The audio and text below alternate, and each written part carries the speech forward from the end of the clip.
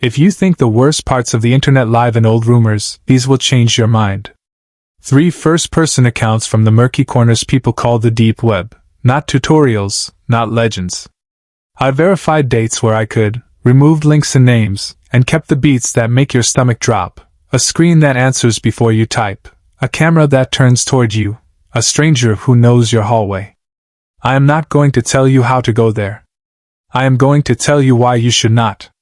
2 years ago I ran a small campus security club where we practiced safe reporting and wrote up phishing drills for departments.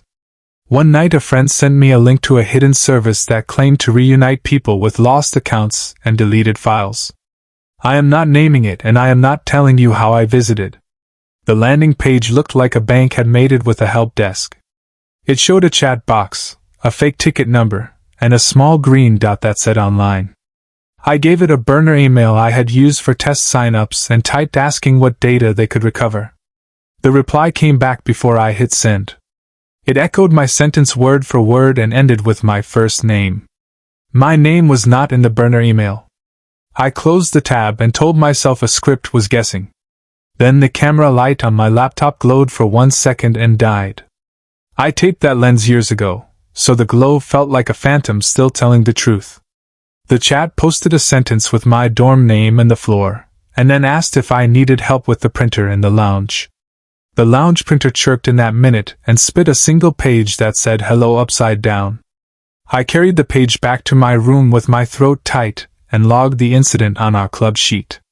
Then I called campus police and told them I might have tripped into something that was seeing more than a web form. The officer on the line asked me to stay off the network, power the laptop down, and take pictures of every screen I had seen. He and another officer met me at the lounge printer, bagged the hello page, and wrote the time from the job history. The report read like a ghost story with an IP address.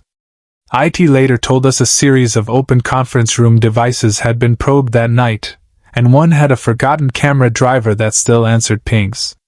Whoever ran that fake help desk wanted a view, any view, and did not care if the angle was a doorway or a hallway sofa. I had thought secret parts of the net were only stories about markets and scams. That night taught me some corners are just patient rooms that wait for you to knock. I freelance as a video editor, which means I sometimes buy stock footage packs from sketchy places when clients want cheap city time lapses at 1 in the morning. A friend of a friend sent me to a site that advertised live rights cleared feeds for background plates, and I should have closed the tab when the checkout took cryptocurrency only. I will not write the name. I clicked a demo and got a grid of small windows labeled with street directions and store types. Most look like public scenic cams you can find with a map, but a few had that weird tilted view you get from a camera tucked in a corner. One tiny window froze me because I recognized the mural across from my own building. The angle was from above the bodega on my block, looking toward my stoop. I full screened it, and watched a woman in a red coat walk by the exact dent in the curb I trip on every spring. A translucent overlay in the corner read City Feed 128, which meant nothing to me. I backed out and the site asked if I wanted to purchase unlimited access to that node for a week. I clicked no and closed the site. 5 minutes later a new email hit my burner with a subject that used the nickname, "Only one neighbor calls me." The body said your building has great color at night, try this link, and the link went straight to the same grid with my block highlighted. I pulled my shades, killed the lights, and called the non-emergency line because my brain wanted permission to be worried. While I waited on hold, the grid auto-played a clip over the City Feed 128 window. It was me leaving that morning with a trash bag, timestamped to the minute, with my door circled in soft green as if someone was coaching a cut. A chat bubble appeared in the corner of the feed. It said nice jacket, and used the color I was wearing on that screen. I closed the browser and a second bubble floated mid-screen that read you can close the window but the window can still see. I unplugged the router and the lights in my apartment went dead quiet in a way that let me hear my own pulse. When the officer called back, I described the site without giving names and said I thought a private camera near my building was being sold. He told me not to go outside and to wait for a patrol. 30 minutes later an officer stood with me at the bodega corner and looked up where the angle would be. A pinhole lens sat in a fake weather station on the roof, aimed perfectly at my steps. The owner said a guy had paid cash to mount it last spring, claimed he was testing pollen, and took the data box away every few weeks. The feed went dark next day. The third one started on a night I should have gone to bed. I was sifting through tips for a piece on data breach chasing and found a DM from a burner account that said, "Archive of erased blogs, invite only, last mirror." I am not naming the site and I am not telling you how I reached it. I clicked because I was curious and because I was tired, which is when people make the trades they regret.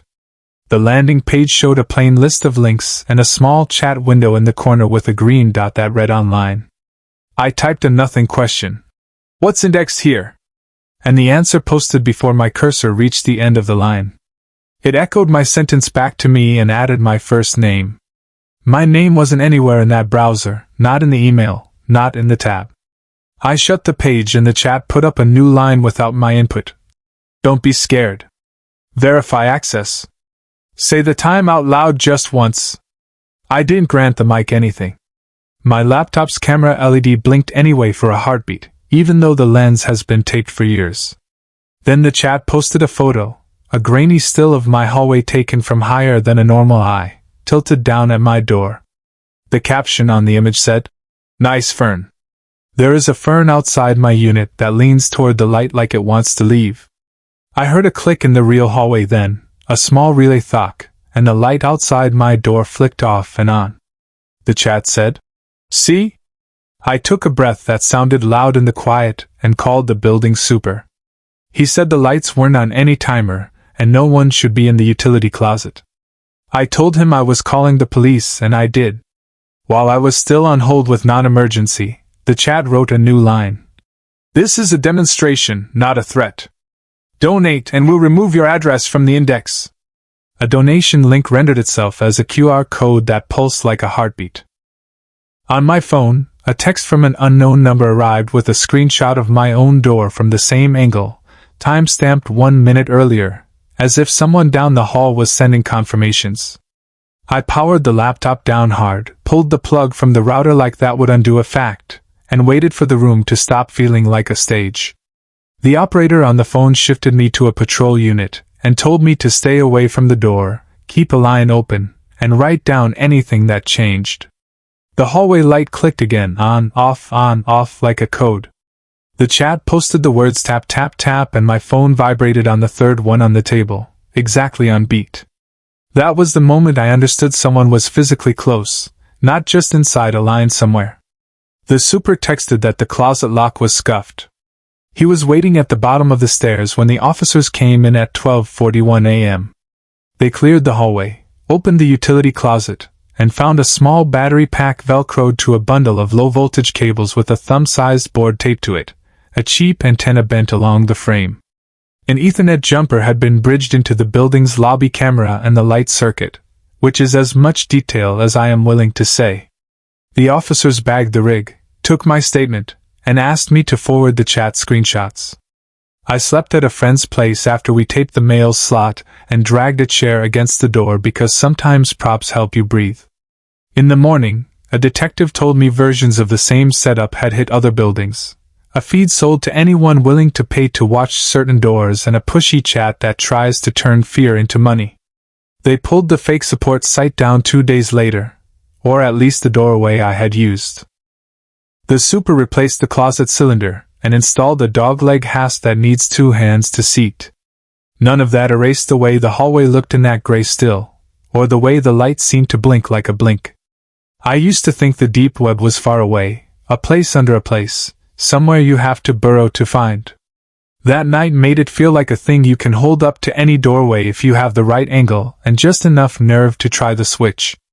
I don't have advice to end this with beyond what the officers told me and what my gut keeps saying. Don't touch what asks to see you first.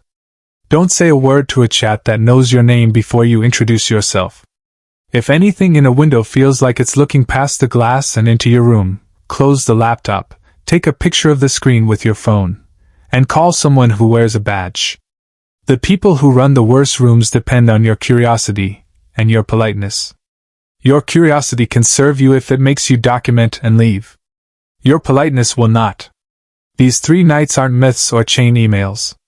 They're small, ugly, local proofs that the line between a screen and a door is thinner than it looks, and that what waits behind some links is not a story but a person who expects you to do exactly what you usually do. If you ever feel a green dot beckon or a chat answer before you type, pretend the room just got one stranger bigger and act accordingly. Step back from the screen, switch the light you control, text a friend, and tell the truth fast. The only people angry you protected yourself are the ones who wanted you quiet. At first.